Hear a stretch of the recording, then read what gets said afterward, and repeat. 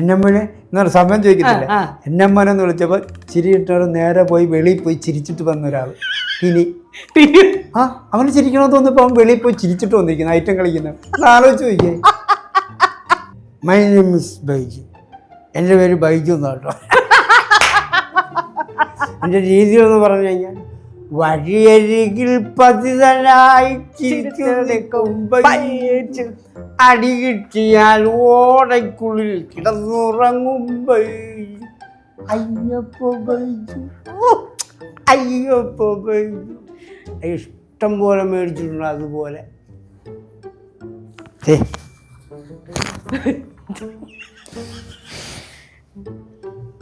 ആമ്പിള്ളേരടിച്ച് കൂമ്പാട്ടിട്ടിരിക്കും. കൊച്ചു പിള്ളേർ വരെ എന്നെ തല്ലിയിട്ടുള്ളൂ സത്യമായിട്ടും. പക്ഷെ എനിക്ക് അതിൻ്റെ അഹംഭാവമൊന്നുമില്ല കേട്ടോ. നമ്മളെന്തിനാ അഹങ്കരിക്കുന്നത്? ചേട്ടന് 2 മക്കള്, ഒരു ഭാര്യ. ഒരു ഭാര്യ. അതെ, ചേച്ചിയാണ് ഇങ്ങോട്ട് വിട്ടത്. എൻ്റെ മെസ്സേജ് കൊണ്ടുവന്നോളൂ.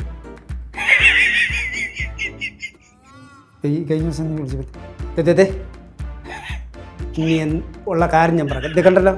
അതുപോലെ മോനും സാധാരണപ്പെട്ടവനെ കളിയാക്കാതെ ഞാൻ ചോദിക്കുന്നത് ഇപ്പോഴത്തെ ചെയ്യുന്നവരോട് ഞാൻ ചോദിച്ചൊരു കാര്യം, ഞാൻ ചോദിച്ച കാര്യം എന്നെ ഒരു ഷോയ്ക്ക് വിളിച്ചപ്പോഴത്തേക്ക് ഞാൻ പറഞ്ഞു ഞാൻ പറഞ്ഞു ഞാൻ പോകത്തില്ല, ഈ ചാനൽ ഷോയ്ക്ക് പോകത്തില്ലായിരുന്നു. അപ്പോൾ എന്നെ നിർബന്ധിച്ച് വിളിച്ച് അതിൽ വാ അന്ന് പറഞ്ഞ് ഞങ്ങൾ വന്നിട്ട് പോവാം എന്ന് വിചാരിച്ച് ഞാൻ ചെന്നപ്പോഴത്തേക്ക് ചോദിച്ചപ്പോൾ ഞാൻ പറഞ്ഞ ഇത് തന്നെയല്ലേ പാറ്റേൺ, ഇതൊന്ന് വേറൊരു പാറ്റേൺ നോക്ക് എന്ന് നമ്മളൊരു അഭിപ്രായം പറയുമല്ലോ. അഭിപ്രായം പറഞ്ഞു കഴിഞ്ഞപ്പോൾ എന്നോടൊരു ന്യായം പറഞ്ഞു. ഇത് കാണുന്ന 80% ആൾക്കാരും സാധാരണപ്പെട്ടവരായിട്ടാണ്, കുഴപ്പമില്ല പറഞ്ഞു മനസ്സിലായി. ഞാൻ പറഞ്ഞു വേണ്ട, 80% എന്ന് പറയുന്ന ആ 80% റിസ്ക് നിങ്ങൾ എടുക്കണ്ട. 20% കുറവല്ലേ ഉള്ളൂ, അവർക്ക് വേണ്ടി ഒരെണ്ണം നിങ്ങൾക്ക് എഴുതാൻ പറ്റുമെന്ന്. ടി വി കാണുന്നത് പോലല്ല, ടി വിയിൽ ഓക്കെ നമ്മൾ ചെയ്യുന്നുണ്ട്, നമുക്ക് എസ്റ്റാബ്ലിഷ് എല്ലാവരും ശ്രദ്ധിക്കപ്പെടുന്ന ഒരാളായി. പക്ഷേ നമ്മൾ ഷോ ചെയ്യുമ്പോൾ അതിനേക്കാൾ വളരെ മനോഹരമായിട്ട് അതിൻ്റെ നല്ല നല്ല സത്തായ ഷോ അന്നത്തെ ആർട്ടിസ്റ്റുകൾ കൊടുക്കുന്നത്. ഇന്ന് അതിനൊരു വ്യത്യാസമുണ്ട്. എന്തെങ്കിലുമൊക്കെ കാട്ടിക്കൂട്ടി കളർഫുൾ ഷർട്ടൊക്കെ ഇട്ട് ഇന്ന് നമ്മൾ ചാനലിൽ കാണുമ്പോൾ സ്റ്റാർഡം അനുസരിച്ചുള്ള ഷോ ലൈവിലില്ല. ചേട്ടൻ്റെ ഒക്കെ കൂടെ അഭിനയിച്ച സാജു ചേട്ടനില്ലേ, സാജൻ പള്ളുരുത്തി. സാജൻ പള്ളുരുത്തേട്ടൻ ഇപ്പൊ തന്നെ ഒരു മറ്റേ യൂട്യൂബ് ചാനൽ തുടങ്ങി. അത് സാധനങ്ങൾ കിണ്ണാൻ കാച്ചിയ സാധനങ്ങളൊക്കെ ഇറങ്ങുന്നുണ്ട്. അതായത് ചെണ്ട എന്റെ അമ്മോ പറ്റത്തില്ല. അത് നമുക്ക് എന്തോ ഭയങ്കരമായിട്ട് നമ്മൾ എൻജോയ് ചെയ്തൊരു കാലഘട്ടം ഉള്ളത് കൊണ്ടായിരിക്കാമേ. അപ്പൊ ചേട്ടന് നിങ്ങൾക്ക് എല്ലാവർക്കും കൂടെ ഒന്നുകൂടി ഒന്ന് ടൈപ്പായിട്ട് ചുമ്മാ നിങ്ങളുടെ ഒരു എന്ന് വെച്ചാൽ നിങ്ങൾ റീയൂണിയൻ എന്നോ അല്ലെങ്കിൽ അങ്ങനെയൊന്നും അല്ല, ഒരു സാധനം ചെയ്താൽ ചിലപ്പോൾ ഒന്നുകൂടെ ഒന്നൊരു എല്ലാവർക്കും ഒരു ബ്രേക്ക് ആവത്തില്ല. ഈ കലേനെ സ്നേഹിക്കുന്ന ഇപ്പം ഞാൻ പറഞ്ഞ മനോജേട്ടൻ അന്ന് കണ്ടതുപോലെ തന്നെ ഇന്നും ഇരിക്കുന്ന അയാൾക്കൊന്നൊരു മാറ്റം. എൻ്റെ ജീവിതത്തിലെ ഏറ്റവും നല്ലൊരു കോമ്പിനേഷൻ എൻ്റെ ആളാണ് ഞാനും മനോജും ഉണ്ണിയസ് നായരും. ഞങ്ങൾ ഈ പോകാത്ത സ്ഥലങ്ങളില്ല. ആ സമയത്ത് ഒരു കോമ്പിനേഷൻ എന്ന് പറഞ്ഞാൽ, അതായത് മനോജ് വൃത്തിയുടെ ആളാണ്, വൃത്തിയായ കോമഡിയാണ്, നല്ല നീറ്റായിട്ടുള്ള കോമഡി. ഞാൻ ആക്ഷൻ കോമഡി. ഉണ്ണി പവറാണ്. ഞങ്ങൾ പവർ. ഈ 3 സാധനം കൂടി ചേരുമ്പോൾ വേറൊരു ലെവലായിരുന്നു. അന്നൊക്കെ ചെന്ന് കഴിഞ്ഞാൽ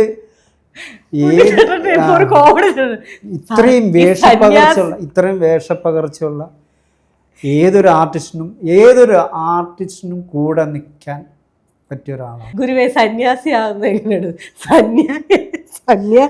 പ്രാക്ടീസ് ഒക്കെ ചെയ്യും. പിന്നെ സ്റ്റേജിൽ ചെന്ന പുള്ളിയുടെ കുറെ കാര്യങ്ങൾ പുള്ളി അതങ്ങ് ആസ്വദിക്കുകയും ചെയ്യും. മനസ്സിലായി? സന്യ എ കഴിഞ്ഞ് സന്യ ബി കഴിഞ്ഞ് പുള്ളി ഇങ്ങനെ വെച്ചോണ്ടിരിക്കുക സന്യാസിയാണ്. അതിങ്ങനെ സി ഇങ്ങനെ കൈയോട്ടൊക്കെ ഇറക്കുന്നുണ്ട്. വിട്ടിട്ട് അതിനകത്ത് തന്നെയാ മറ്റേ മനോജിന് മറ്റേ ശിഷ്യ നിനക്ക് ഞാനൊരു മനോജ് വേറെ വേണ്ട. അവന് ചില സാധനങ്ങൾ കൂടുതൽ വല്ല കൈനൊക്കെ ഇടുന്ന കണ്ടാൽ അവൻ ചിരിക്കും. അവന് ചിരിക്കണമെന്ന് തോന്നി അവൻ അവര് ചിരിക്കണമെന്ന് പറഞ്ഞു. എൻ്റെ കൂടെ ഐറ്റം കളിച്ചിട്ട് ഞങ്ങൾ ഞാൻ ഫസ്റ്റ് UK പോകുന്ന സമയത്ത് ഐറ്റം കളിച്ചിട്ട് എൻ്റെ കൂടെ കളിച്ചിട്ട് ഞാൻ എന്നമ്മനെ എന്നൊരു സമയം ചോദിക്കത്തില്ല, എന്നമ്മനെന്ന് വിളിച്ചപ്പോൾ ചിരിയിട്ടോട് നേരെ പോയി വെളിയിൽ പോയി ചിരിച്ചിട്ട് വന്ന ഒരാൾ. ഇനി അവന് ചിരിക്കണമെന്ന് തോന്നിയപ്പോൾ അവൻ വെളിയിൽ പോയി ചിരിച്ചിട്ട് വന്നിരിക്കുന്നു ഐറ്റം കളിക്കുന്നത്. ആലോചിച്ച് നോക്കിയേ. ആരെങ്കിലും ചെയ്യുന്ന പോലെ, കാരണം അവിടെ നിൽക്കാൻ പറ്റത്തില്ല. അവിടെ നിന്നൊക്കെ പുള്ളിക്ക് ചിരി വരും. ചിരി പറഞ്ഞാൽ പുള്ളി നേരെ അവിടെ കുറേ ചിരി വെച്ചിട്ട് പ്രോഗ്രാം ചെയ്തുകൊണ്ടിരിക്കുന്ന പോയി ചിരിച്ചിട്ട് തിരിച്ചു വന്നു. അപ്പം ജോസഫ് സാറ് ഡയറക്ടർ ഇതിനെന്ത് കാളി പോകാന്ന് വെച്ച് പോകണമെങ്കിൽ എന്തുവാണോ തനിക്ക്. എന്നിട്ട് പിറ്റേ ദിവസം പോലെ താൻ കളിക്കണ്ട, ഞാൻ കളിച്ചാളാന്ന് പറഞ്ഞു. ഒറ്റ സ്റ്റേജിൽ സാറ് കയറിയത്. എന്നിട്ട് ഒട്ടും ചിരിയോ ഭയങ്കര സീരിയസ്. അപ്പം ഈ സീരിയസ് ആയിട്ട് ഇവന് പകരം സാറ് സീരിയസ് ആയിട്ട് വന്നത്. സാറിൻ്റെ സീരിയസ്നെസ് കണ്ടാവും സൈഡ് ചെയ്തിട്ട് ഭയങ്കര ചിരി. എന്നാൽ സാറ് താൻ പറയാന്നുള്ള രീതി എന്തൊക്കെ കാണണമെന്നറിയാം. അതുപോലെ മനോജ് അടയ്ക്കുന്ന മനോജ് ചിരി വരുമ്പോഴത്തേക്ക് ചിരി വരും അവന്. അപ്പോൾ എന്തെങ്കിലും സംഭവങ്ങൾ നമ്മൾ എക്സ്ട്രാ ഇടുക, എന്തെങ്കിലും നമ്മൾ എന്തെങ്കിലും ലുക്ക് നോക്കുക, എന്തെങ്കിലും ചെയ്ത് കഴിഞ്ഞാൽ പുള്ളിക്ക് ചിരി വരും. നമ്മൾ അതായോ ഒരു ഉറപ്പിക്കുക പുള്ളി ചിരി മറക്കി ഇങ്ങനെ വെക്കുമ്പോൾ വിചാരിച്ചോണം അവൻ ചിരി വിഴുങ്ങിയതാണ്. ചിരി വിഴുങ്ങുന്ന ആദ്യത്തെ മനുഷ്യനല്ലേ ഉള്ളിയും ചിരിക്കും. ഇവ സമയം ചോദിക്കുന്ന അതില് എന്നെ മുന്നേ ചോദിക്കുന്നതും അതെനിക്കൊരു ഇപ്പോഴും ചിലത് നിങ്ങൾ ബാക്ക്ഗ്രൗണ്ട് സൗണ്ട് ഇടുന്നതാണോ അതോ നിങ്ങൾ തന്നെ ഇടുന്നതാണോ? ഇവരെ ഇങ്ങനെ ഒരു മുണ്ട് ഇങ്ങനെ കൈ എടുക്കുമ്പോഴത്തേക്ക് ഒരു സൗണ്ട് ഇല്ലേ, അത് കൂടെ ഉള്ളവർ ഇടുന്നതാണോ സൈഡിൽ നിന്ന്? അതൊക്കെ അതിലേക്ക് അതിന്റെ ഒരു എഫക്ട് എഫക്ട് ഒക്കെ ഇട്ടോണ്ടുള്ള ചെയ്യുന്നതേ. ഓ അതൊക്കെ ഭയങ്കര ഇതാ. ഒരാൾ കളിക്കുമ്പോൾ ഇവിടെ നോട്ടമല്ലേ, നോക്കി നിൽക്കല്ലേ, വേറെ എവിടെ മ്യൂസിക് വരുന്നത്, നമ്മൾ തന്നെ ഇടണ്ടേ. പക്ഷെ അതൊക്കെ ഒരു കാലഘട്ടം. അതൊക്കെ ഇങ്ങനെ എല്ലാവരും മാറിപ്പോയപ്പോൾ ഭയങ്കര സങ്കടവും. പക്ഷെ പേഴ്സണലി ഞാനൊരു കാര്യം പറയാം, മനോജ് ഏട്ടന് അതിനുശേഷം ഒരു പ്രോഗ്രാം ഉണ്ടല്ലോ ഈ ബഡായി ബംഗ്ല, അതിൽ മനോജ് ഏട്ടനെ പോർട്രേറ്റ് ചെയ്തത് എനിക്ക് ഇഷ്ടപ്പെട്ടിട്ടേ ഇല്ല. കാരണം ആ പോർട്രേറ്റിൽ മനോജ് ഏട്ടനെ എപ്പോഴും ഒരു ഭയങ്കര കോമഡിയാണ്, പക്ഷെ അത് ഭയങ്കര ആളെ കളിയാക്കുന്ന തരത്തിലുള്ള കോമഡി ആയിട്ടാണ് എനിക്ക് ഫീൽ ചെയ്തത്. പിന്നെ ക്യാരക്ടർ ആണെന്നുള്ളതുകൊണ്ട് ഓക്കെ, അത് പക്ഷെ നിങ്ങളെയൊക്കെ ഒരു പക്ഷെ നമ്മളൊരു കാലത്ത് ഭയങ്കര സ്നേഹിച്ചത് കൊണ്ടാവാം കേട്ടോ. അതെനിക്കൊരു പെയിൻ. എല്ലാ ഷോയ്ക്കും അതിൻ്റെതായിട്ടുള്ളൊരു സ്വഭാവം ഉണ്ടല്ലോ. അപ്പൊ ആ സ്വഭാവം അനുസരിച്ച് നമുക്ക് പോകാം. അപ്പൊ നമ്മൾക്ക് അതിനകത്ത് ജനങ്ങൾ ഇഷ്ടപ്പെടുന്ന ജനങ്ങൾക്കും അതെങ്ങനെ ഇഷ്ടപ്പെടുമെന്ന് എനിക്കറിയില്ല. ഞാൻ പറഞ്ഞു നമ്മുടെയൊക്കെ കുട്ടിക്കാലം, ഈ തലമുറയുടെ കാര്യമല്ല, എൻ്റെ തലമുറയിൽ ഞങ്ങൾ കണ്ടു വളർന്ന തമാശ. ഇപ്പൊ ചേട്ടൻ ഇത് പറഞ്ഞപ്പോൾ മുഴുവൻ ഞാൻ സ്റ്റേജ് ഷോയിൽ ഇരിക്കുവാ. അതെ, കാരണം എന്താ വെച്ചാൽ നമ്മളിപ്പോ ഈ പറയപ്പെടുന്ന അത്രയും ജനങ്ങൾക്ക് ഇഷ്ടപ്പെടുന്ന രീതിയിൽ നമ്മൾ ആയിത്തീർന്നതായിരുന്നു. അപ്പൊ നിങ്ങളെ അങ്ങനെ പോർട്രേറ്റ് ചെയ്യുമ്പോൾ, അത്രയും കലയുള്ള ഒരാളെ പോർട്രേറ്റ് ചെയ്യുമ്പോൾ വെറും മണ്ടനായിട്ടും പൊട്ടനായിട്ടും പോർട്രേറ്റ് ചെയ്യുമ്പോൾ നമുക്കത് പറ്റൂല. നമ്മൾ അന്ന് കൊടുത്ത ഈ കലയിൽ നമ്മൾ കൊടുത്ത നമ്മൾക്കുണ്ടാകുന്ന റീച്ചും നമ്മളെ ജനങ്ങൾ സ്വീകരിക്കുന്ന വശങ്ങളും ഒക്കെ നമ്മളെ പുറകെ വളർന്നു വരുന്ന കുറേ ആർട്ടിസ്റ്റുകൾക്ക് പ്രചോദനമായിട്ടുണ്ട്. തീർച്ചയായും ചേട്ടാ. പ്രത്യേകിച്ച് ഞാൻ സ്റ്റാറായപ്പം, നമ്മൾ സ്റ്റാർ എന്ന് പറഞ്ഞാൽ നമ്മൾ കാണുന്ന ജനങ്ങളൊരു ഇതായിട്ട് കണ്ടപ്പം നമ്മളെപ്പോലുള്ള കുറേ ആൾക്കാർ ഈ ഫീൽഡിൽ കലയുടെ ആ ഒരു ഇപ്പോൾ കുടിയൻ എന്ന് പറയുന്നൊരു തരംഗം നമ്മളുണ്ടായപ്പോൾ എല്ലാ ട്രൂപ്പിലും കുടിയനുണ്ടായി. ചേട്ടന്റെ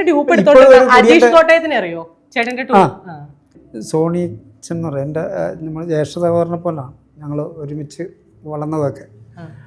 അപ്പോൾ സോണിച്ചനാണ് അജീഷിനെ ഞങ്ങൾ കോട്ടയത്തെ ഒരു ഷോ. പക്ഷെ അന്ന് എനിക്ക് കലിപ്പായിരുന്നു, എനിക്ക് ഡ്യൂപ്പ് ഉണ്ടായത് ഇഷ്ടപ്പെട്ടില്ല. എനിക്കെന്തൊക്കെ നമ്മൾ പ്രായം ചെറുതല്ലേ, ഇവനെന്തിനാ ഡ്യൂപ്പ് ഉണ്ടാക്കുന്നത്, ഒരാൾ നല്ല വൃത്തിക്ക് ചെയ്തില്ലേ. അജീഷേട്ടൻ അറിയാം കേട്ടോ, അജീഷേട്ടൻ നല്ല കൂട്ടാ. ചേട്ടൻ തന്നെ പറഞ്ഞു കേട്ടിട്ടുണ്ട് ഈ അയ്യപ്പ ബൈജു ഉള്ള ക്യാരക്ടർ മറ്റേ അങ്കമാലി വെച്ചിട്ട് വണ്ടി കയറാൻ നിന്നപ്പം മറ്റേ പാട്ട് തന്നെ നല്ല രസമുണ്ട് ആ ബൈജു. എന്നിട്ട് അയാളുടെ മാനറിസം, അതായത് മുണ്ട് മടക്കി കുത്തിയിട്ട് ഇങ്ങനെ വെക്കുന്നത്. ഞാൻ പറഞ്ഞില്ല, കോട്ടയം അജീഷ് ചേട്ടൻ അത് വീണ്ടും അവതരിപ്പിച്ചപ്പം ചേട്ടൻ അഭിനയിപ്പിച്ച് ടോപ്പിൽ, അല്ലെങ്കിൽ നമ്മളുടെ ഉള്ളിലേക്ക് ഇറങ്ങിയ ഒരു സാധനം അജീഷ് ചേട്ടൻ വീണ്ടും ചെയ്യുമ്പോൾ നമുക്കത് അക്സെപ്റ്റ് ചെയ്യാനുള്ള, നമ്മൾ പറയില്ല കോപ്പി അക്സെപ്റ്റ് ചെയ്യാനുള്ള ഒരു പാട് മാത്രമേ ഉള്ളൂ. പക്ഷെ ഇല്ല, നമ്മളത് പിന്നീട് ഓക്കെ നിങ്ങൾക്ക് ബിസിയുള്ള ഒരാളാണ്, നിങ്ങൾക്ക് ഓരോരാളെ വെച്ചിട്ട് അത് ചെയ്യണമല്ലോ, അത് എന്തായാലും ഡെഫിനറ്റ് ആയിട്ടും ചെയ്യണം. ചേട്ടാ അങ്ങനെ നോക്കുമ്പോൾ ഈ പറയുന്ന അയ്യപ്പ ബൈജു ചില സ്റ്റേജിൽ ചേട്ടൻ തന്നെ പറഞ്ഞിട്ടുണ്ട്, നമ്മൾ ഈ കാണികളുടെ ഇടയിൽ നിന്നാണ് കയറി വരേണ്ടത്. ചിലതിൽ ആദ്യ കാലങ്ങളിൽ ഇപ്പം നമുക്ക് തന്നെ അറിയാം, നമ്മുടെ നാട്ടിലൊരു ഉത്സവത്തിനോ ഇതിനൊക്കെ നടത്തിയാൽ എന്താണെങ്കിലും ആ സ്റ്റേജിന്റെ ഫ്രണ്ടിൽ ഒരു കുടിയൻ കാണും. ആ കുടിയൻ ഉണ്ടാവും, അത് 2-3 പേര്, അല്ലെങ്കിൽ ഒരു അപ്പച്ചന്മാരായിരിക്കും, അതും ഒരു 35 വയസ്സ്. അന്നത്തെ കാലത്ത്, ഇന്നത്തെ കാലത്ത് ഞങ്ങൾ യങ്സ്റ്റേഴ്സ് ആണത്, അന്നത്തെ കാലത്ത് 35 കഴിഞ്ഞവരൊക്കെ കാണും. ഇങ്ങനെ അവരായിരിക്കും പിന്നെ എടാ ഇതൊക്കെ പറഞ്ഞിങ്ങനെ നാടകം കളിക്കുവാണെങ്കിൽ ബാല കളിക്കുന്ന ഡയലോഗ് ഇവിടെ നിന്ന് അങ്ങോട്ട് പറയുക. ഇത്ര കലാപരിപാടികളാണ്. അല്ല അവരൊന്നും പ്രശ്നമില്ല. അല്ല അങ്ങനെ ചേട്ടൻ കയറി വരുമ്പോ ആരെങ്കിലും അയ്യോ കുടിയനാന്ന് ഓർത്ത് മാറ്റി നിർത്തുക എന്തെങ്കിലുമൊക്കെ ഉണ്ട്? മാറ്റി നിർത്തുക, അടി നല്ല അടി കിട്ടിയിട്ടില്ല. അല്ല ഞാൻ അതുവരെ പോയില്ല, ജസ്റ്റ് ഒന്ന് മാറ്റും. ആദ്യം നമ്മൾ ആദ്യമൊക്കെ എന്ന് പറഞ്ഞാൽ നമ്മളിത് ഇൻട്രസ്റ്റിൽ നമ്മളിത് ചെയ്യും. അപ്പം അന്നൊക്കെ എന്ന് പറഞ്ഞാൽ ഈ പറയപ്പെടുന്ന ഒരു ഉത്സവത്തിൽ ചിലപ്പം ഏതെങ്കിലും ഒരു കരക്കാരായിരിക്കും നമ്മുടെ പരിപാടി വെച്ചിരിക്കുന്നത്. അപ്പുറത്തെ കരക്കാർക്ക് സുഖിമാർ കോമ്പറ്റീഷൻ ആയിരിക്കും, മനസ്സിലായി? അപ്പം ഈ കരയിലെ ആൾക്കാർ വിചാരിക്കുന്നു, ഇപ്പം പരിപാടി നടത്തുന്ന ആൾക്കാർ വിചാരിക്കുന്നു അവിടുന്ന് അമ്മമാർ ആരെങ്കിലും ഉഴപ്പുണ്ടാക്കാൻ വരും, കണ്ണിങ്ങനെ നോക്കിയിരിക്കുക, മനസ്സിലായി? അവരിങ്ങനെ നോക്കിയിരിക്കുന്ന സമയത്ത് നമ്മൾ ഇതുപോലെ നീ എന്നൊക്കെ പറഞ്ഞ് തീരണ്ട, അപ്പോൾ തന്നെ ആടി എന്ന് പറയുന്നത്. ഒന്നാമത്തെ കാര്യം, നമ്മളെയൊക്കെ ഒരുത്തനിങ്ങനെ പിടിച്ചാൽ നമുക്ക് പോരാൻ പറ്റുമോ? ഇത്രയും വലിപ്പമല്ലോ നമുക്കുള്ളൂ, ഈ ഗ്യാപ്പിൻ്റെ അത്ര അല്ല. ഇങ്ങനെ പിടിച്ചാൽ നമ്മളെ കൈക്കല്ല, നമ്മളെ ഫുള്ളാണ് പിടിക്കുന്നത്, മനസ്സിലായി? കയ്യിൽ പിടിക്കുകയാണെങ്കിൽ കുഴപ്പമില്ല, നമുക്ക് തൂങ്ങി. ഇതല്ല, ഇങ്ങനെ പിടിച്ചു കഴിഞ്ഞാൽ ഒരാളുടെ കൈയുടെ വലിപ്പമുള്ളൂ നമ്മളെ ഇത്രയും. അപ്പോൾ അവൻ ഇങ്ങനെ പിടിച്ചിരിക്കുക, നമ്മൾ പോകാൻ പറ്റത്തില്ല, പിന്നെ അടിയല്ലേ.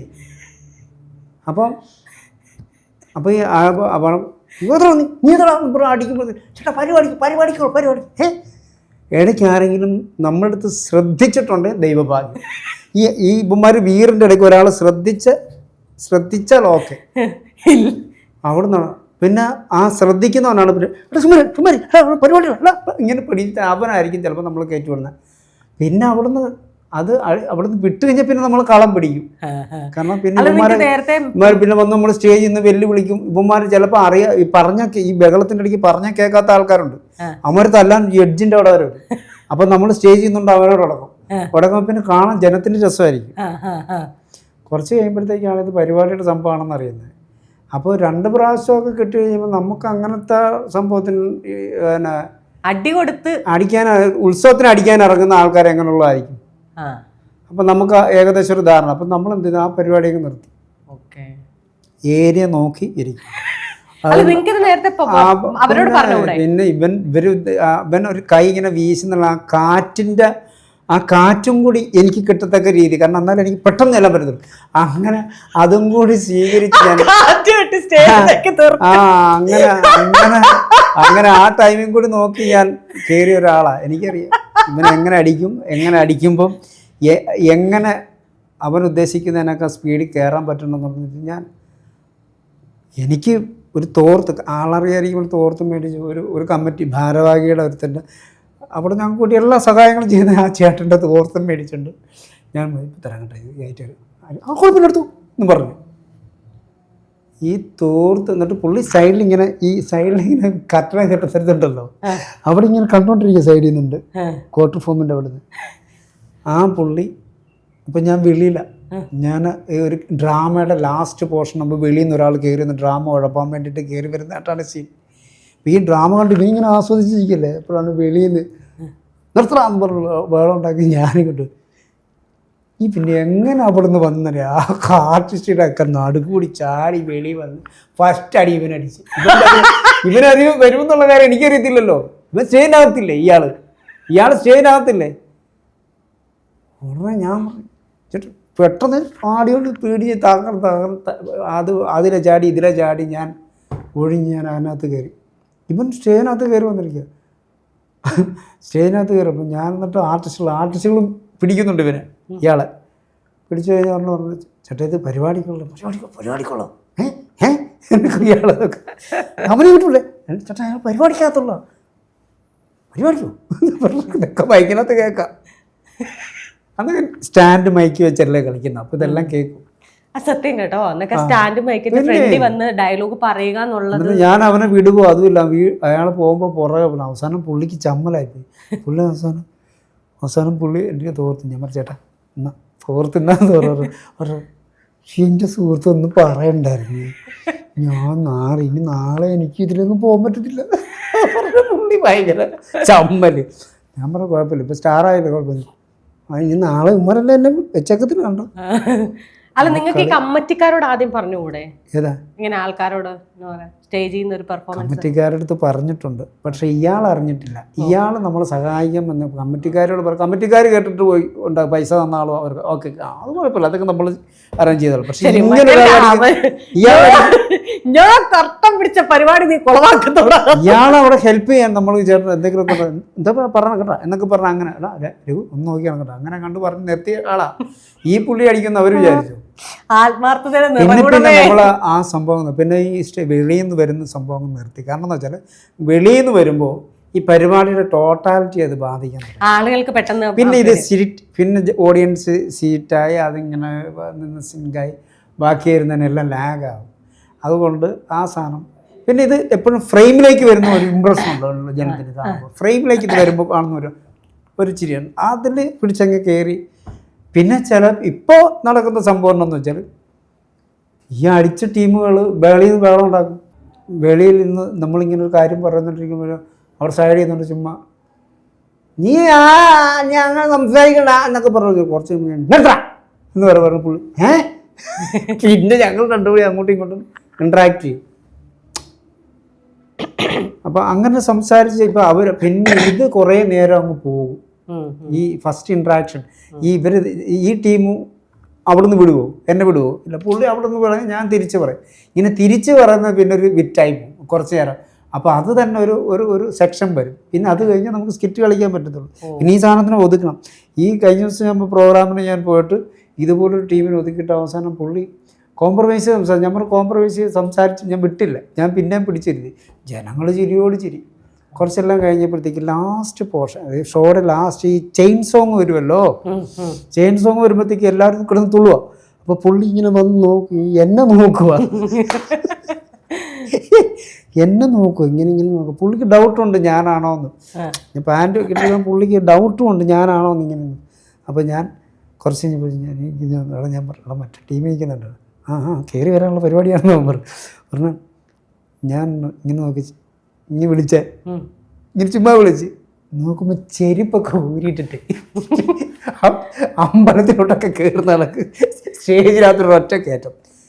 പുള്ളി കയറിയത് എനിക്കറിയാൻ പാടില്ല ഒരു 10-25 ഇഴഞ്ഞും വരഞ്ഞ് അതിനകത്ത് പിന്നെ നോക്കിയിട്ട് മൊത്തം ഈ പാമ്പിൻ്റെ പേട്ടയാണ് ആ സ്റ്റേജിനകത്ത്. നോക്കും പാട്ട് പാടുന്നോ മാറുക. കാരണം ഇതെല്ലാം ഇടിച്ച് കേട്ട് ഒരു പിടുത്തമെന്ന് പറഞ്ഞിട്ടുള്ള ഇങ്ങനെ പിടിച്ചാൽ നമ്മൾ നാക്ക് തള്ളിപ്പോ അതുപോലത്തെ പിടുത്തം. സ്നേഹം കൊണ്ട് പിടിക്കുന്ന. എന്നിട്ട് ഒരു ഉമ്മ അങ്ങോട്ട് തന്നു കഴിഞ്ഞാൽ ഒരാൾ ഉമ്മ വരുമ്പോൾ മറ്റൊരാൾ പിടിച്ച് ഉമ്മ വെക്കും. ഇത് ഒരു പിടുത്തം എന്ന് പറഞ്ഞാൽ ഈ പല ആരോഗ്യത്തിലുള്ള ആൾക്കാരല്ലേ വന്ന് പിടിക്കുന്നത്. നമുക്ക് ഇതെല്ലാം ഒരുത്തരും ഇങ്ങോട്ട് വലിക്കും, ഒരുത്തം അങ്ങോട്ട് വലിക്കുക. നമ്മൾ അവിടെ കിടന്ന് അവസാനം ഞാൻ ഗ്രീൻ റൂമിൽ ഞാൻ പാപ്പാ നമുക്ക് അങ്ങോട്ട് പോകാമെന്ന് പറഞ്ഞു പഠനം ഇങ്ങനെ വെച്ചുകൊണ്ട് നേരെ ഗ്രീൻ റൂമിൽ ചെന്ന് അവിടെ ചെന്ന് കുറേ നേരം ഡയറോ അടിച്ചു. ഈ കുടിയന്മാരെ എല്ലാവരും ഈ പറഞ്ഞ പോലെ ചേട്ടന്മാരല്ല അറപ്പ് മീൻസ് ഒരു കൾച്ചറലെസ് ആയിട്ടാണല്ലോ എല്ലാവരും കാണുന്നത്. അപ്പോൾ അവർക്ക് തന്നെ അറിയാം അവർ കുടിക്കാൻ പല കാരണങ്ങൾ കൊണ്ടാകട്ടെ. ഞാനത് ന്യായീകരിക്കുന്നോ ഇതാക്കുന്നതല്ല. ഞാൻ പണ്ട് ഇത് മറ്റേ നമ്മുടെ ഈ കല്യാണ വീടിൻ്റെ തലേദിവസം പറഞ്ഞൊരു സ്കിറ്റ് പണ്ട് കളിച്ചില്ല. അത് കളിച്ച് കഴിഞ്ഞപ്പോഴത്തേക്ക് ഞാൻ വണ്ടിക്കകത്ത് കയറി കഴിഞ്ഞപ്പം അവിടെ നിന്ന് എല്ലാവരും ഭയങ്കരമായിട്ട് ഇഷ്ടപ്പെട്ടെല്ലാം നമ്മൾ ഭയങ്കര എല്ലാം സംസാരം എല്ലാം കഴിഞ്ഞ് എല്ലാവരും പോയി. ഞങ്ങൾ കയറിയിരിക്കുക. അപ്പം വേറെ 2 പേര് അവിടെ എന്തോ പിന്നെ താമസിച്ചിട്ടിങ്ങനെ നിൽക്കുക, ഞങ്ങൾ നിൽക്കുക. അപ്പോൾ എൻ്റെ ഒരു കൂട്ടുകാരൻ വന്നു പ്രശ്നത്തെ 2 പേര് കാണാൻ മതി. ഞാൻ ചിലപ്പോൾ ഒരു വെല്ലിച്ചനും വെല്ലുമ്മയും പുള്ളി അത് കഴിച്ചത് കൈയ്യെടുക്കും ഒരു ഊറി ചിരിയൊക്കെ ചിരി. ഞാൻ പറഞ്ഞു എന്താ അല്ല ഒന്നുമില്ല മോനെ, ഇതുപോലായിരുന്നു പണ്ട്.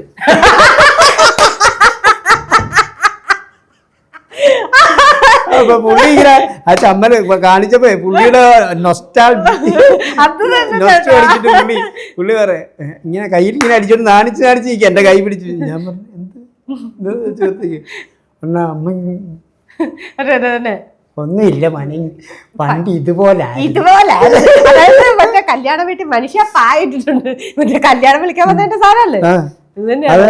മനോജിന്റെ വീട്ടിൽ ഞാൻ ആദ്യമായിട്ട് പോകുമ്പോഴേ മനോജ് എടാ നീ അവിടെ വരുമ്പോൾ ഞാൻ ഒരാളെ കാണിക്കും, നീ ശ്രദ്ധിച്ചോണമെന്ന് പറഞ്ഞു. മനോജിൻ്റെ വീടിൻ്റെ മനോജിൻ്റെ വീടിന് താഴേണ്ട ഒരു സ്ഥലമുണ്ട്, അവിടെ ഒരു വീട്, അവിടെ ഒരു വലിച്ചനും വലിയമ്മയുണ്ട്. അപ്പോൾ ആ വീട് അടുക്കാറായപ്പോൾ മനോജ് മമ്മേ എന്ന് വിളിച്ചല്ലോ. നമ്മ ഓ എന്നും പറഞ്ഞിങ്ങനെ വന്നത് എന്നെ കണ്ട് നാണിച്ചൊരു ഒറ്റ ഓട്ടാകത്തൊട്ട്. എന്നിട്ട് ആ കൊള്ള ഇങ്ങോട്ട് വന്നേ എന്നാണ് പിന്നെ തന്നെ. ഏതാ ഈ വെല്ലിച്ചൻ ടീം ഇടിപെട്ട ടീമായിരുന്നു. അപ്പോൾ എന്നെ പറഞ്ഞ കളിയാക്കും ഈ അമ്മമ്മ ഈ വെല്ലിച്ചനെ. അതുകൊണ്ടാണ് പുള്ളി എന്നെ കണ്ടപ്പോൾ നാണിച്ചു പോയി. നിങ്ങൾ ബൈജുവാ എന്ന് പറയും, ബൈജുവാ എന്ന് പറഞ്ഞ് കളിയാക്കുക. അതുകൊണ്ടാണ് എന്നെ കണ്ടപ്പോൾ നാണിച്ചു ഞെട്ടിപ്പോയി. ചേട്ടൻ പറഞ്ഞില്ല, ആദ്യമേ നമ്മൾ പറഞ്ഞൊരു കാര്യമുണ്ട്. ഒരു ഷോ നടക്കുമ്പം സ്ത്രീകൾ, പുരുഷന്മാർക്ക് പലയിടത്തും പോയി കാണാം. അന്നത്തെ സ്ത്രീകളും കുട്ടികളും അടങ്ങുന്ന ഒരു ആളുകൾക്ക് നിങ്ങളുടെ കോമഡികൾ ഭയങ്കര റിലാക്സ് ആണ്. അതായത് നമ്മളുടെ പണികളെല്ലാം കഴിഞ്ഞ് നമ്മുടെ ഉത്സവത്തിന് വർഷത്തിലൊരിക്കൽ വരുന്ന ഒരു സാധനം, അല്ലെങ്കിൽ പിന്നീട് നമ്മൾ പറഞ്ഞാൽ DVD ഒക്കെ ഇട്ടിരുന്ന കാലത്ത് സ്ത്രീകൾക്ക് ഭയങ്കര ഇതായിരുന്നു. കാരണം പല വീടുകളിൽ ഇപ്പൊ ചേട്ടൻ പറഞ്ഞ പോലെ തന്നെ ഇത് തന്നെയാണ്. പിന്നെ വേറൊരു കാര്യം പറയാം, പണ്ട് നമ്മൾ CD ഒക്കെ നമ്മൾ ചെയ്യുന്നുണ്ട്, അതുപോലെ തന്നെ നമ്മൾ ചാനൽ ഷോയും ചെയ്യുന്നുണ്ട്. അതിനേക്കാൾ ഗംഭീരമായിരുന്നു നമ്മുടെ ലൈവ് ഷോ കാണുന്നത്. അതേ ആത്മാർത്ഥത, അതിനേക്കാൾ 10 മടങ്ങ് ആത്മാർത്ഥതയോടുകൂടിയാണ് അന്നത്തെ എല്ലാ ആർട്ടിസ്റ്റുകളും, ഞാൻ പറയാം അന്നത്തെ എല്ലാ ആർട്ടിസ്റ്റും. ഇപ്പം നമ്മൾ സിനിമാല എന്ന് പറയുന്ന പണ്ടത്തെ കോമഡി ഷോ ഉണ്ട്, രാഷ്ട്രീയ നേതാക്കന്മാരെ വെച്ചുള്ള. അത് ഈ ചെയ്യുന്നവരും അത്രയും പുണ്യമായിട്ടാണ് അവരെ അവതരിപ്പിക്കുന്നത്, അത്രയും ഇതായിട്ട്. അതുപോലെ അന്നത്തെ ഈ ആരെയൊക്കെ ഇപ്പോൾ VS Achuthananda sir, Oommen Chandy sir, ഈ പറയപ്പെടുന്ന ഏതൊക്കെ ആന്റണി, ഇതൊക്കെ അവതരിപ്പിക്കുമ്പോൾ അതിൻ്റെ ഫസ്റ്റ് ഓഡിയനായിരുന്നു. അവരതിന് അത്രത്തോളം സ്നേഹത്തോടുകൂടി കാണുമായിരുന്നു. ഒരു അശ്ലീലമില്ലാത്ത അവരെ എങ്ങനെയൊക്കെ കളിയാക്കാമോ അതെല്ലാം കളിയാക്കുന്നുണ്ട്. പക്ഷേ വളരെ സഭ്യമായ ഭാഷയിലൂടെ നമ്മളിപ്പോൾ ടി വി കാണുന്നത് പോലല്ല, TV യിലൊക്കെ നമ്മൾ ചെയ്യുന്നുണ്ട്, നമുക്ക് എസ്റ്റാബ്ലിഷ് എല്ലാവരും ശ്രദ്ധിക്കപ്പെടുന്ന ഒരാളായി. പക്ഷേ നമ്മൾ ഷോയ്ക്ക് ചെയ്യുമ്പോൾ അതിനേക്കാൾ വളരെ മനോഹരമായിട്ട് അതിൻ്റെ നല്ല നല്ല സത്തായ ഷോ അന്നത്തെ ആർട്ടിസ്റ്റുകൾ കൊടുക്കുമായിരുന്നു. ഇന്ന് അങ്ങനത്തെ വ്യത്യാസമുണ്ട്. ഇന്ന് അതിനൊരു വ്യത്യാസമുണ്ട്. ഇന്ന് നമ്മൾ ചാനലിൽ കാണുമ്പോൾ സ്റ്റാർഡം അനുസരിച്ചുള്ള ഷോ ലൈവിലില്ല. അവർ എന്തെങ്കിലുമൊക്കെ കാട്ടിക്കൂട്ടി കളർഫുൾ ഷർട്ടൊക്കെ ഇട്ട് കുറച്ച് ഓഡിയൻസിൻ്റെ ഡയലോഗ് ഭയങ്കര, ഞാൻ പറഞ്ഞില്ല, ഒരു കാലത്ത് ഒരു പ്രോഗ്രാം ഈ കോമഡി ശരിക്കും മിനി സ്ക്രീനിലേക്ക് വന്നപ്പോഴത്തേക്കുള്ളൊരു പ്രശ്നം ഭയങ്കരമായിട്ടും ബോഡി ഷെയ്മിങ്. ആളുകൾ ബോഡി ഷെയ്മിങ് എന്ന് വെച്ചാൽ കറുപ്പ്, പല്ല് പൊങ്ങിയത്, അങ്ങനെയൊക്കെ ആളുകളുണ്ടാവും. പക്ഷെ ഷെയ്മിങ് ഭയങ്കരമായിരുന്നു. അതില്ലാത്ത അതൊക്കെ നമ്മൾ അത് വേറൊരു കാര്യം. ആർട്ടിസ്റ്റുകൾ പറയണം. ഞാൻ പറയട്ടെ, ഇപ്പം നമ്മൾ ഗാനമേളയ്ക്ക് കുറേ ഫാസ്റ്റ് നമ്പർ പാട്ട് പാടുന്നു, ഡാൻസുകാർ വന്നു, അവർ മറ്റേ DJ മിക്സ് ചെയ്ത ഇത്ര ബീറ്റുള്ള സാധനങ്ങൾ പാടുന്നു. ഇതിൻ്റെ അടുത്ത് നമ്മൾ വന്നു കോമഡി ഇങ്ങനത്തെ പറയുള്ളൂ. ഇത് ഒരു റിലാക്സേഷൻ. ഒരു മനുഷ്യൻ ഒരു പ്രോഗ്രാം കാണുമ്പോൾ അതിൻ്റെ നന്മ കണ്ട് ഇൻസ്പയർ ആകാൻ വേണ്ടി പിള്ളേർക്ക് ഇൻസ്പിറേഷൻ ഉണ്ടാവണ്ടേ? അങ്ങനെയുള്ള ഒരു പോർഷൻ ആരാധിക്കുന്ന രീതിയിലുള്ളൊരു സംഭവം നമ്മുടെ ഭാഗത്തുനിന്ന് ഉണ്ടാകുന്നില്ല. നമ്മൾ കൊടുക്കുന്നത് ഇപ്പം മാർക്കറ്റിൽ കിട്ടുന്ന നമ്മൾ കഴിക്കുന്നു എന്ന് പറയുന്നത് പോലെ തന്നെ അങ്ങനെ ആവരുത്. നമ്മളൊരു മരുന്നിന് വേണ്ടിയിട്ടൊരു സാധനം ഉണ്ടാക്കാനെന്നുണ്ടെങ്കിൽ നമ്മൾ നല്ല സാധനം പോയി തേടി പോകത്തില്ലേ? തീർച്ചയായും അതായിരിക്കണം നമ്മുടെ പ്രോഗ്രാം, അതായിരിക്കണം നമ്മൾ. അപ്പോൾ ഈ പറയപ്പെടുന്ന പോലെ നമ്മൾ പിന്നെ ഒരു സംഭവം നമുക്ക് സ്റ്റാർഡം നമുക്ക് കിട്ടിക്കഴിയുമ്പം നമ്മുടെ ഷോയെ, നമ്മുടെ ബാനറിലൊരു ഷോ വരുമ്പോൾ ആ ഷോയെ നമ്മൾ അതുപോലെ നമ്മൾ കാണണം. തീർച്ചയായും ഇല്ലേ? തീർച്ചയായിട്ടും അതിന് ഒരു ജനത്തിന് കൊടുക്കാൻ പറ്റുന്ന എല്ലാം അടങ്ങുന്ന സഭ്യതയുള്ളതായിരിക്കും. നമ്മുടെ അമ്മമാർ, നമ്മുടെ പെങ്ങന്മാർ, നമ്മുടെ മക്കൾ, ഇവരെല്ലാം കാണുന്ന ഒന്നായിരിക്കണം. അങ്ങനെ വേണ്ടേ? തീർച്ചയായും. ഇല്ലേ? നമ്മളും അങ്ങനെ. ഞാൻ പറയും, ഇവിടെ റിയാലിറ്റി ഷോയിൽ കോമഡി സ്റ്റാർസ് എന്ന് പറയുന്ന റിയാലിറ്റി ഷോയുടെ ഫൈനൽ എപ്പിസോഡിനകത്ത് നോക്കണം, സാധാരണപ്പെട്ട നാട്ടിൻപുറത്തുള്ള കുടുംബശ്രീയുടെ പോകുന്ന സ്ത്രീകളെ ഇൻഡയറക്റ്റ് അല്ല ഡയറക്റ്റ് പറയണം അവർ മോശക്കാരാണ്. ഈ അവതരിപ്പിക്കുന്നവരുടെ വീട്ടിലുണ്ട്, പരിസരത്തുണ്ട്. ആദ്യം നമ്മളെയൊക്കെ വളർത്തുന്ന അവരെ പോലുള്ള ആൾക്കാരാണ്. ഇല്ലേ? ആണല്ലോ. അപ്പോൾ സാധാരണപ്പെട്ടവനെ കളിയാക്കാതെ ഞാൻ ചോദിക്കുന്നത്, ഇപ്പോഴത്തെ ചെയ്യുന്നവരോട് ഞാൻ ചോദിച്ച കാര്യം, എന്നെ ഒരു ഷോയ്ക്ക് വിളിച്ചപ്പോഴത്തേക്ക് ഞാൻ പറഞ്ഞു ഞാൻ പോകത്തില്ല, ഈ ചാനൽ ഷോയ്ക്ക് പോകത്തില്ലായിരുന്നു. അപ്പോൾ എന്നെ നിർബന്ധിച്ച് വിളിച്ച് പ്രശ്നത്തിന് വാ എന്ന് പറഞ്ഞ് ഞങ്ങൾ വന്നിട്ട് ഞാൻ വന്ന് പോവാം എന്ന് വിചാരിച്ച് ഞാൻ ചെന്ന് കഴിഞ്ഞപ്പോഴത്തേക്ക് ചോദിച്ചപ്പോൾ ഞാൻ പറയണ്ട ഇത് തന്നെയല്ലേ പാറ്റേൺ, ഇതൊന്ന് വേറൊരു പാറ്റേൺ നോക്ക് എന്ന് നമ്മളൊരു അഭിപ്രായം പറയുമല്ലോ. അഭിപ്രായം പറഞ്ഞു കഴിഞ്ഞപ്പോൾ എന്നോടൊരു ന്യായം പറഞ്ഞവർ, ഇത് കാണുന്ന 80% ആൾക്കാരും സാധാരണപ്പെട്ടവരായിട്ട് കുഴപ്പമില്ല പറഞ്ഞു മനസ്സിലായി.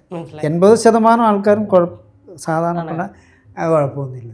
ഞാൻ പറഞ്ഞു വേണ്ട, 80% എന്ന് പറയുന്ന ആ 80%ൻ്റെ റിസ്ക് നിങ്ങൾ എടുക്കണ്ട, 20% കുറവല്ലേ ഉള്ളൂ, അവർക്ക് വേണ്ടി ഒരെണ്ണം നിങ്ങൾക്ക് എഴുതാൻ പറ്റുമെന്ന് ചോദിച്ചു.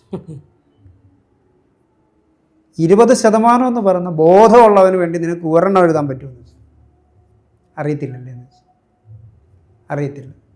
അറിയണമെങ്കിൽ അതിന് വിദ്യാഭ്യാസവും വിവരവും ഉണ്ടാവണം. ഉണ്ടെങ്കിൽ മാത്രമേ അതങ്ങനെ എഴുതാൻ പറ്റത്തുള്ളൂ. ഇല്ലെങ്കിൽ അറിവുള്ളവനെ തേടി നല്ല കാര്യം ഉണ്ടാക്കി അത് അവതരിപ്പിക്കണമെന്ന് പറഞ്ഞു. അത് അവതരിപ്പിക്കണം. കഴിഞ്ഞ ഒരു പ്രാവശ്യം ഞങ്ങളുടെ ഒരു സ്കിറ്റാണ്, ഒരു എംബസിയുടെ സ്കിറ്റാണ്. ഒരു എംബസിയിൽ ഇങ്ങനെ വിസ അടിക്കാൻ വേണ്ടിയിട്ട് പോകുന്നൊരു സ്കിറ്റാണ്. ആ സ്കിറ്റ് അവതരിപ്പിച്ചിട്ട് അത് ട്രാവൽ ഏജൻസിയാണോ അത് പാസ്പോർട്ട് ഓഫീസാണോ ഏതാണെന്ന് അറിയാൻ മേലാത്ത ഒരു രീതിയിൽ അവതരിപ്പിക്കും. പക്ഷേ ഒരു എംബസിയുടെ സ്കിറ്റ് അവതരിപ്പിക്കുമ്പോൾ ആ എംബസിയുടെ റൂൾസ് വെച്ച് ചെയ്യുമ്പോൾ തീർച്ചയായിട്ടും അതിൻ്റെ ഒരു ഹ്യൂമർ നമുക്ക് കിട്ടും, ഇല്ലേ? കിട്ടും. അപ്പോൾ തന്നെയല്ല, കാണുന്ന ഒരാൾക്ക് ഈ എംബസിയെക്കുറിച്ച് ഒരു ഡെഡിക്കേഷനും ആവും, ഇല്ലേ? തീർച്ചയായും അതുണ്ടാവണം. ഇത് ആ എംബസിയെക്കുറിച്ച് അറിയാവുന്ന ഒരാൾ വിചാരിക്കുകയാണ് ഇവരിങ്ങനെ ഇവർക്ക് ഇതൊന്നും അറിയത്തില്ല എന്നുള്ള രീതിയായിരുന്നു, മനസ്സിലായി? അതാ പറഞ്ഞപ്പോൾ നമ്മളൊരു സാധനത്തെ അവതരിപ്പിക്കുന്നുണ്ടെങ്കിൽ ആ അവതരിപ്പിക്കുന്നതിൻ്റെ അതിന് നമുക്ക് അതിൻ്റെ സ്വഭാവം എന്താണോ ആ സ്വഭാവത്തെ എടുത്തിട്ട് വേണ്ട നമ്മൾ അത് ഹ്യൂമർ ആയിട്ട് അവതരിപ്പിക്കാൻ. അതങ്ങനെയാണ്. ഞാൻ പറഞ്ഞില്ലേ, പലപ്പോഴും എനിക്ക് ഈ കോമഡി സ്കിറ്റുകളൊക്കെ ഭയങ്കരമായിട്ടും ബോഡി ഷേമിംഗ് ഒക്കെ ആയിട്ട് ഭയങ്കരമായിട്ട് ഫീൽ ചെയ്യും. നമുക്ക് തന്നെ ഇതെന്താ ഇവരിങ്ങനെ, നമുക്ക് ഭയങ്കര തന്നെയല്ല മോനൊന്ന് ആലോചിച്ച് വെക്കണം. 10ഉം ഈ പറയപ്പെടുന്ന 7, 8, 10, 12 ക്യാമറ വെച്ചിട്ട് ഇത്രയും ഫെസിലിറ്റീസ് വെച്ചിട്ടാണ് ഈ ബാലിശമായിട്ടുള്ള സാധനങ്ങൾ ചെയ്യുന്നത് ആലോചിച്ച് വെക്കണം. തീർച്ചയായും. പക്ഷേ ഈ പണ്ടത്തെ ആർട്ടിസ്റ്റുകൾ ഒരു വൈറ്റ് കട്ടൻ മാത്രം ഇട്ടിട്ട് അതിൻ്റെ ഫ്രണ്ടിൽ ഇതിനൊക്കെ വലിയ സംഭവങ്ങൾ കാണിച്ചിട്ടുണ്ട്, ഇല്ലേ? അങ്ങനെയാണ് പല ആർട്ടിസ്റ്റുകളായത്, അല്ലേ? അതെ അതെ. ഇപ്പം ഇത്രയും LED വാളും ഇത്രയും ഭയങ്കര ഫ്ലോറും ഒക്കെ ആയിട്ട് ഇട്ടിട്ട് എന്തൊക്കെയോ പറഞ്ഞിട്ട് അത് കണ്ടു വളരുന്ന വേറെ കുഞ്ഞുങ്ങൾ. സത്യം. 80% ചേട്ടൻ പറഞ്ഞല്ല, 80% ആളുകളെ മനസ്സിലാകാത്ത ആളുകൾക്ക് വേണ്ടിയിട്ട് തന്നെയാണ് അവരത് ചെയ്യുന്നത്. ഞാൻ പറഞ്ഞു കുഴപ്പമൊന്നുമില്ല, നിങ്ങൾ ഈ രീതി തന്നെ തുടർന്നു. ഇനിയിപ്പോൾ ഇഷ്ടംപോലെ ഇൻസ്റ്റിറ്റ്യൂട്ടുകളിൽ നിന്നും ഈ സ്ക്രിപ്റ്റ് സൈഡിലാണെങ്കിലും ടെക്നിക്കൽ സൈഡിലാണെങ്കിലും ഇതൊക്കെ പഠിച്ചിട്ട് കുറേ ആൾക്കാർ ഇറങ്ങും. അവർ പുതിയ ഐഡിയാസായിട്ട് വരുമ്പോഴത്തേക്കും നിങ്ങളൊക്കെ തൂത്ത് സൈഡിലോട്ട് വയ്ക്കുമെന്ന് പറഞ്ഞു. അത് നേരെ ആ കാലഘട്ടത്തിൽ നിങ്ങൾക്ക് അവരോടൊപ്പം ചേരണമെന്നുണ്ടെങ്കിൽ നിങ്ങൾ ഇപ്പോഴേ അപ്ഗ്രേഡ് ചെയ്യും.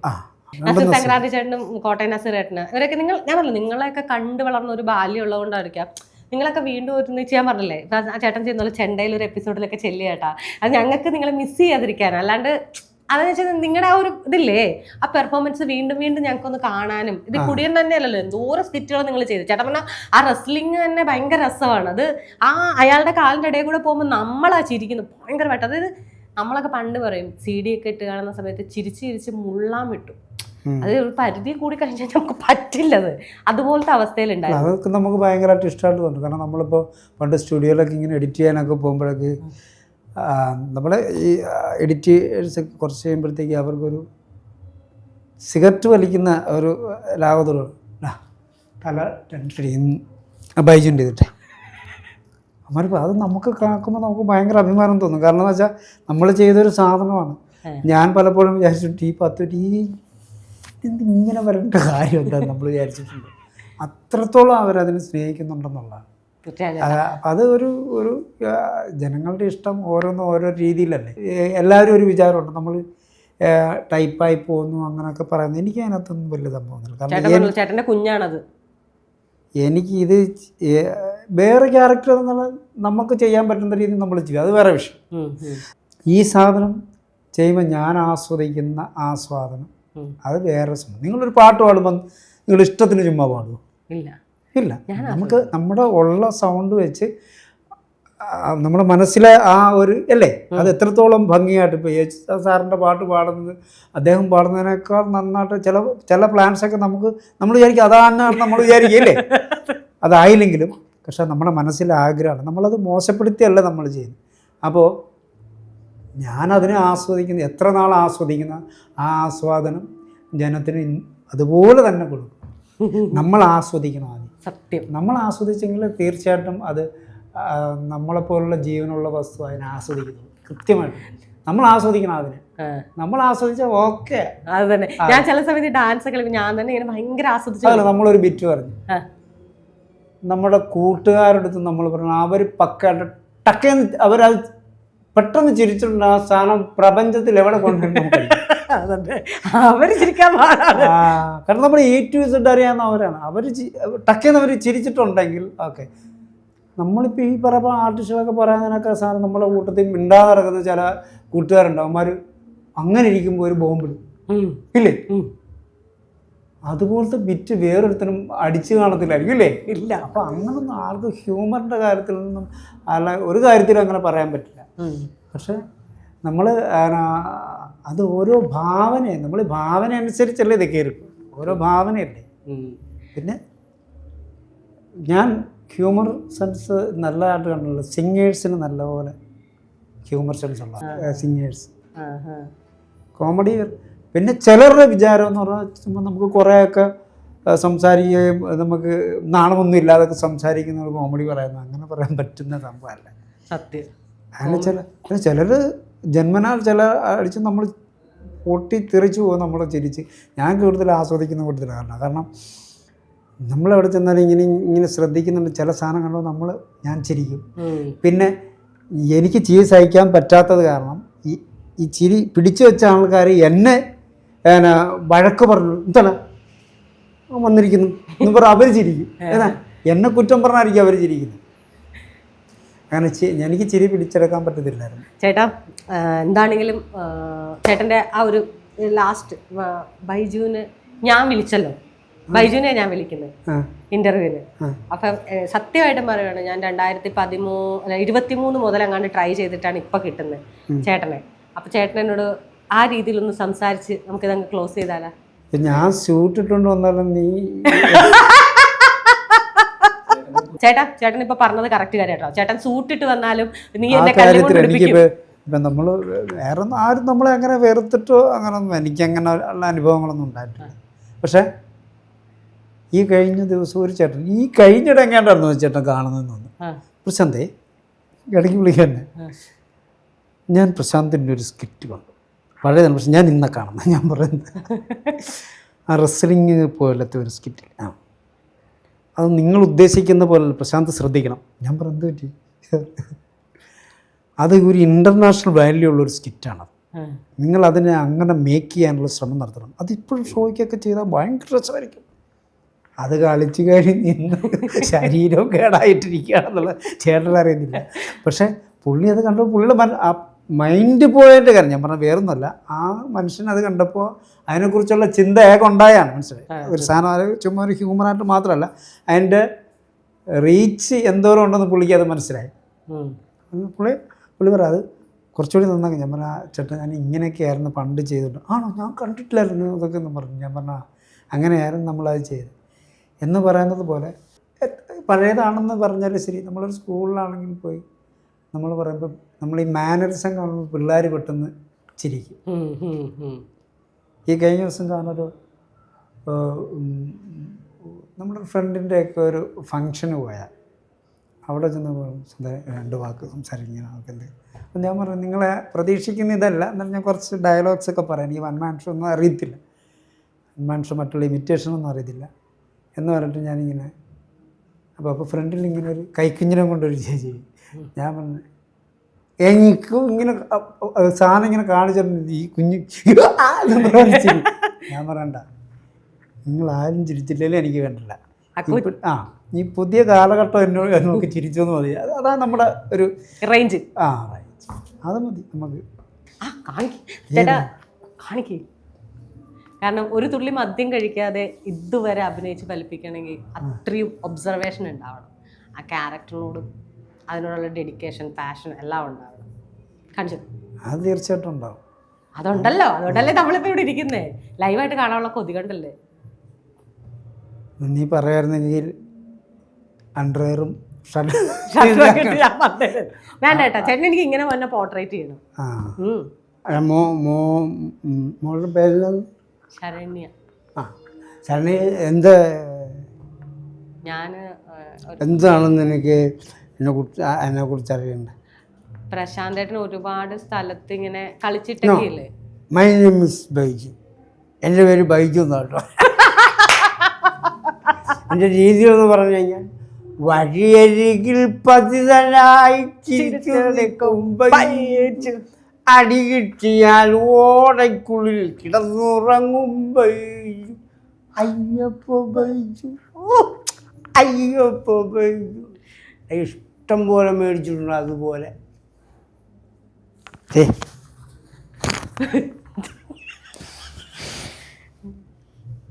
ആമ്പിള്ളേരടിച്ച് കൂമ്പാട്ടിട്ടിരിക്കും. കൊച്ചു പിള്ളേർ വരെ എന്നെ തല്ലിയിട്ടുള്ളൂ, സത്യമായിട്ടും. പക്ഷെ എനിക്ക് അതിൻ്റെ അഹംഭാവമൊന്നുമില്ല കേട്ടോ. നമ്മളെന്തിനാ അഹങ്കരിക്കുന്നത്? ദൈവം തന്ന കഴിവുകൊണ്ട് നമ്മൾ അഹങ്കരിക്കുന്നുണ്ടായിരുന്നു. താല്പര്യമുള്ള വരുന്നു തല്ലും, താല്പര്യമുള്ള കൊണ്ടാണ്. Not the point. താല്പര്യമുള്ള മാത്രം കൊണ്ടാണ് മതി. കാശ് കൊടുക്കുമല്ലോ. എനിക്ക് 2 കിട്ടിയില്ല, പറ്റത്തില്ലെന്ന് അതിൻ്റെ സുഖം അറിയാൻ പാടില്ലാത്തതുകൊണ്ടാണ്. മനസ്സിലായി? അതെ, മേടിക്കുന്നവനെ അതിൻ്റെ സുഖം അറിയത്തുള്ളൂ. മനസ്സിലായി? ഇവിടെ വാരില്ല അവിടെയൊക്കെ ഇടിച്ചാണ്ടല്ലോ.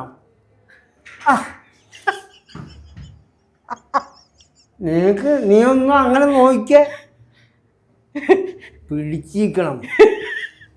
പിടിച്ചിരിക്കാനുള്ള ആംബിയർ വേണം ഒരു മനുഷ്യനായ. ആൾക്കാർ വരുമ്പോൾ ബോട്ടവെള്ളം അടിച്ചുകൊണ്ട അങ്ങനെ പറയും. ആംബിയർ ഉള്ളവന് മാത്രം മോനെ പിടിച്ച. കൊറോണ വന്നു, നോ പ്രോബ്ലം. കാരണം എന്ന് വെച്ചിട്ടുണ്ടല്ലോ, എൻ്റെ ശരീരത്ത് കൊറോണ വന്നായിരുന്നു. ഞാൻ അറിഞ്ഞ വന്നിട്ട് എന്ത് പറ്റിയെന്നറിയാം? ചമ്മയിൽ ഉറങ്ങിപ്പോയി. ഈ സാധനം എൻ്റെ ദേഹത്ത് കയറി. കയറിയപ്പോൾ ഞാൻ ഫുൾ ടൈം വെള്ളമല്ലേ, ആൽക്കഹോളിക്കല്ലേ ഞാൻ. ഇത് ഫിറ്റായിപ്പോയി. ഈ സാധനം എഴുന്നേക്കാൻ പറ്റണ്ടേ? ഇത് എഴുന്നേക്കുന്നതനുസരിച്ച് ഞാനിങ്ങനെ കഴിച്ചോണ്ടിരിക്കുകയല്ലേ. ഇത് ഫിറ്റായി അവസാനം എന്നെ ഡീഅഡിക്ഷൻ സെൻറ്ററിൽ കൊണ്ടു. അന്നാണ് ഈ സാധനം എഴുന്നേറ്റ് ഓടിക്കളഞ്ഞു. കൊറോണ ഓടിക്കളഞ്ഞു. ഇപ്പോൾ എല്ലാവരും മാസ്ക് പോകുമ്പോൾ ഞാൻ ഫ്രീ ആയിട്ട് കിടക്കുക. What is the reason? ഞാൻ ഫ്രീ ആയിട്ട് കിടക്കേണ്ട കാര്യം എന്താ? I am a alcoholic man. Okay, mind it.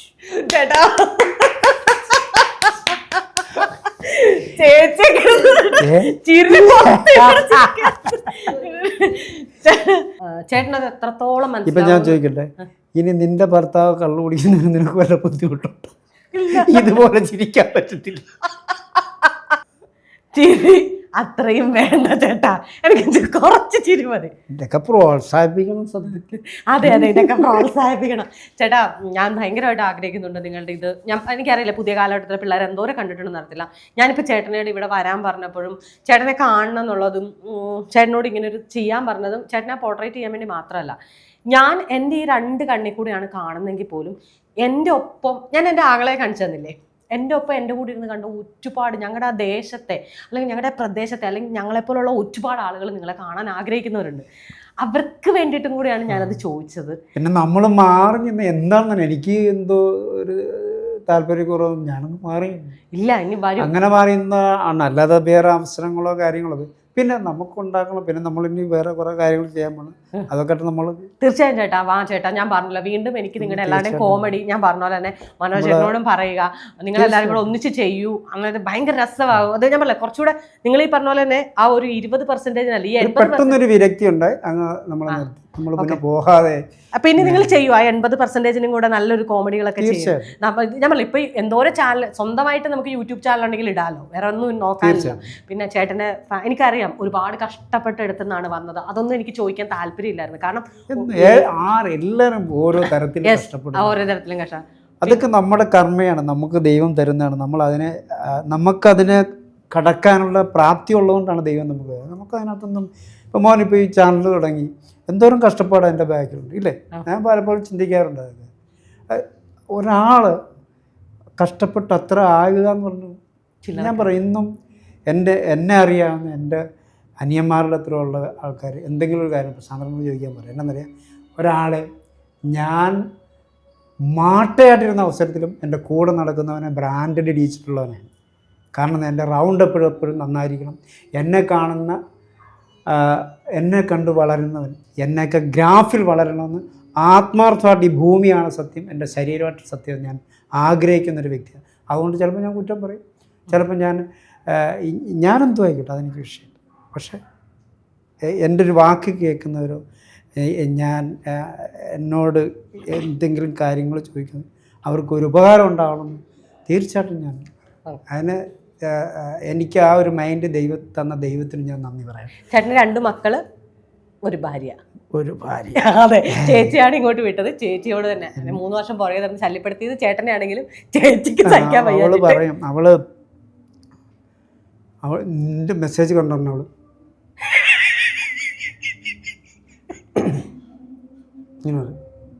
ഞാൻ പറഞ്ഞല്ല, അവളിപ്പം ഇന്നാൾ വിളിക്കാൻ പിന്നെ വിളിച്ചില്ല. ഇനിയിപ്പോൾ അവൾ വല്ല തിരക്കിലൊക്കെ ആയിരിക്കും പറഞ്ഞത്.